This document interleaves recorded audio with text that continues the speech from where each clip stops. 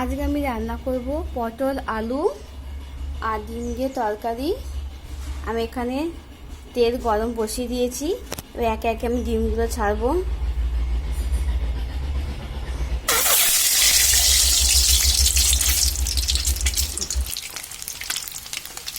ডিমগুলো ভাজা হয়ে গেলে একে একে সব তুলে নেবো আমি।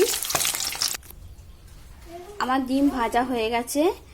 এবারে ওই তেলের মধ্যে আমি পটলগুলো দিয়ে দেবো।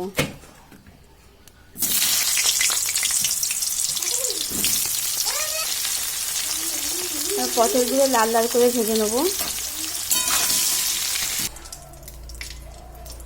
পটলগুলো হালকা হালকা লাল ভাজা করে নিয়েছি। এবার দেবো ওই তেলের মধ্যে শুকনো লঙ্কা আর তেজপাতা। এরপর দিয়ে দেবো আলুগুলো।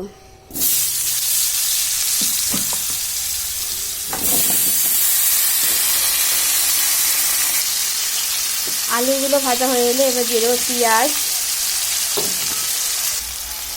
একে একে দিয়ে দেবো দেখে রাখা মশলা,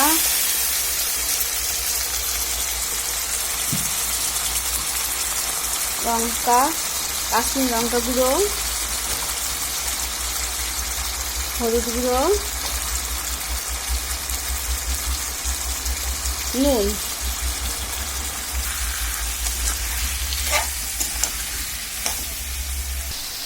মশলা ভাজা হয়ে এলে এর মধ্যে দিয়ে দেবো পটলগুলো। মশলা কষা হয়ে গেছে। এবারে দিয়ে দেবো এর মধ্যে জল দিয়ে এবার কিছুক্ষণ সেদ্ধ হতে দিয়ে দেবো।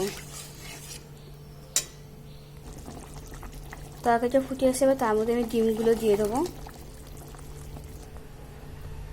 ডিম আলু তরকারি কমপ্লিট। যদি ভালো লাগে লাইক কমেন্ট করে দিও।